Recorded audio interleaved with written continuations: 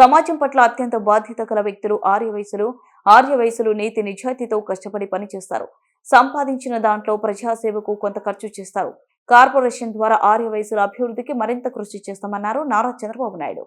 విషయం మనం ఆలోచించాల్సిన అవసరం ఉంది. నేను చాలా సార్లు చెప్పాను, సమాజంలో కష్టపడి పని చేసేవారు, తెలివితేటలతో పనిచేసేవారు ఆర్యవైశ్యులు. నీతి నిజాయితీగా వ్యాపారం చేస్తారు. తెల్లవారి నుంచి సాయంత్రం వరకు దీక్షగా పనిచేస్తారు. అదే సమయంలో సంపాదించిన డబ్బులు కొంత డబ్బులు ఏదైతే ప్రజల సేవకు ఖర్చు పెట్టే ఏకైక కులం ఆర్యవైశ్యులు అని చెప్పి కూడా నేను మీకు తెలియజేస్తున్నా. ఇది ఇప్పుడు వచ్చింది కాదు, వాళ్ళ బ్లడ్ లోనే వచ్చింది, వారసత్వంగా వచ్చింది. ఎక్కడ అవినీతి చేయరు, అవినీతి చేయాలనే ధ్యాస లేదు. కష్టపడి సంపాదిస్తారు. అందులో వాళ్లకు తోచిన విధంగా దాన కార్యక్రమాల కోసం, ధర్మ కార్యక్రమాల కోసం వెచ్చించే వ్యక్తులు ఆర్యవైశ్యులు అని చెప్పి కూడా నేను మీకు తెలియజేస్తున్నా. వారిని మనస్ఫూర్తిగా అభినందిస్తున్నా. వారు కూడా ఇప్పుడిప్పుడు కొద్దిగా వ్యాపారాలు, పెద్ద వ్యాపారాలు చేస్తున్నారు గాని ఒకప్పుడు చిరు వ్యాపారాలకే పరిమితం అయ్యారు. ఎక్కడన్నా కిళ్ళీ కొట్టు ఉంటే ఆ కిళ్ళీ కొట్టు